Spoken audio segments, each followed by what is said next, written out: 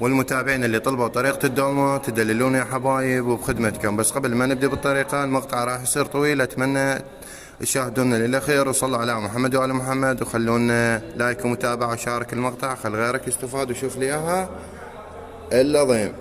يلا تعالوا نبلش.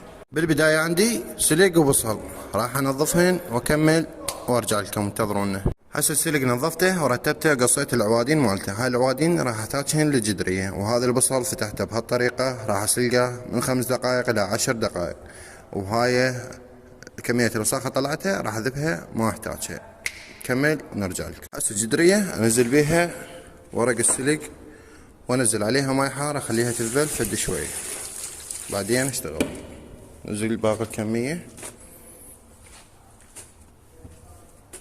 كمل ونرجع لك. نزلت عليها ماي وخلي الماي يغطيها على مود الورقة تلين عندي شوية واقدر اشتغلها شوية وارجع لكم.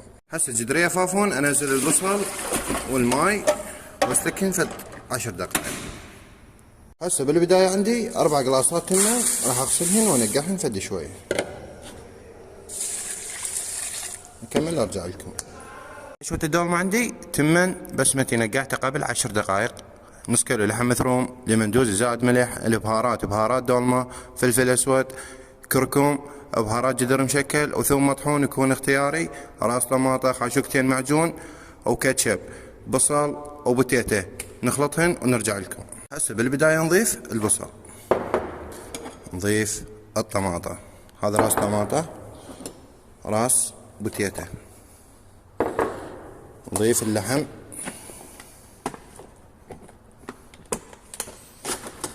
نضيف البهارات والتوابل، نضيف المعجون والكاتشب، نضيف اللمندوزي والملح، نضيف لنا شوية زيت سكون ينفتح وشوية زيت. هسه نخلطها ونرجع لكم. ورا ما ضفنا المواد كلها هسه نخلطها وبتشفتشير. هسه يجيك واحد يقول لك البس تشوف، عم يشتغل بيدك ما حد يفيدك. اخلطها واكمل وارجع لكم. هسه السلق جهز عندي والبصل جهز عندي. هسه نبدي نلف الدولمة، تعالوا يلا.